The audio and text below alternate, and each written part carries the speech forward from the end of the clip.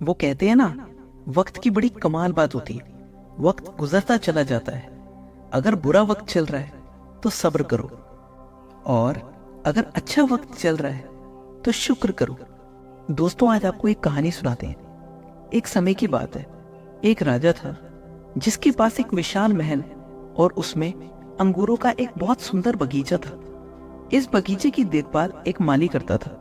माली बहुत मेहनती था, लेकिन उसे एक समस्या बहुत परेशान कर रही थी। एक पक्षी रोजाना बगीचे में आता था और वहां के मीठे अंगूर खा जाता था और खट्टे अंगूरों को तोड़कर जमीन पर गिरा देता। माली को डर था कि एक दिन यह पक्षी बगीचे को पूरी तरह नष्ट कर देगा। माली ने इस समस्या का समाधान निकालने के लिए कई प्रयास किए, लेकिन कोई तरीका काम नहीं आया। थक हार कर वह राजा के पास पहुंचा और उसने अपनी समस्या बताई। राजा ने माली को दिलासा देते हुए कहा, चिंता मत करो, मैं इसका हल निकालूंगा। अगले दिन राजा माली के साथ बगीचे में गया और अंगूर की बेलों के पीछे छिप गया। जैसे ही पक्षी बगीचे में आया और अंगूर खाने लगा, राजा ने उसे पकड़ लिया। पक्षी को पकड़े हुए राजा गुस्से में भर गया और उसे मारने का विचार करने लगा। तभी पक्षी बोला, हे राजन, कृपया मुझे माफ कर दें, मुझे मत मारो। मैं आपको 4 महत्वपूर्ण बातें बताऊंगा जिन्हें जानकर आपका जीवन बदल जाएगा। राजा ने गुस्से में कहा, पहली बात बताओ। पक्षी ने कहा, पहली बात यह है कि अपने हाथ आए हुए शत्रु को कभी भी यूं ही जाने मत दो। राजा ने पूछा, दूसरी बात क्या है? पक्षी ने कहा, दूसरी बात यह है कि असंभव पर कभी विश्वास मत करो। राजा ने फिर कहा, अब तीसरी बात बताओ। पक्षी ने उत्तर दिया, तीसरी बात यह है कि बीते हुए समय पर कभी पछतावा मत करो।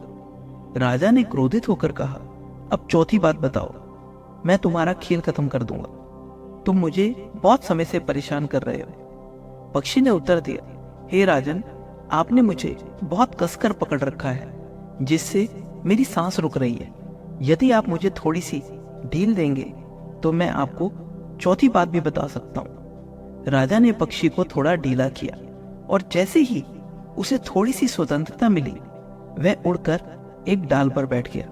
वहां से पक्षी ने कहा, हे राजन, मेरे पेट में 2 कीमती हीरे हैं। यह सुनकर राजा को बहुत पछतावा हुआ और वह दुखी हो गया। उसके चेहरे पर उदासी देखकर पक्षी ने कहा, हे राजन, मैंने आपको अभी जो 4 बातें बताई थी, वे सिर्फ आपके लिए ही नहीं बल्कि हम सबके लिए है। पहली बात यह है कि शत्रु को कभी यूं ही ना जाने दो, और आप मुझे जाने दे चुके हैं।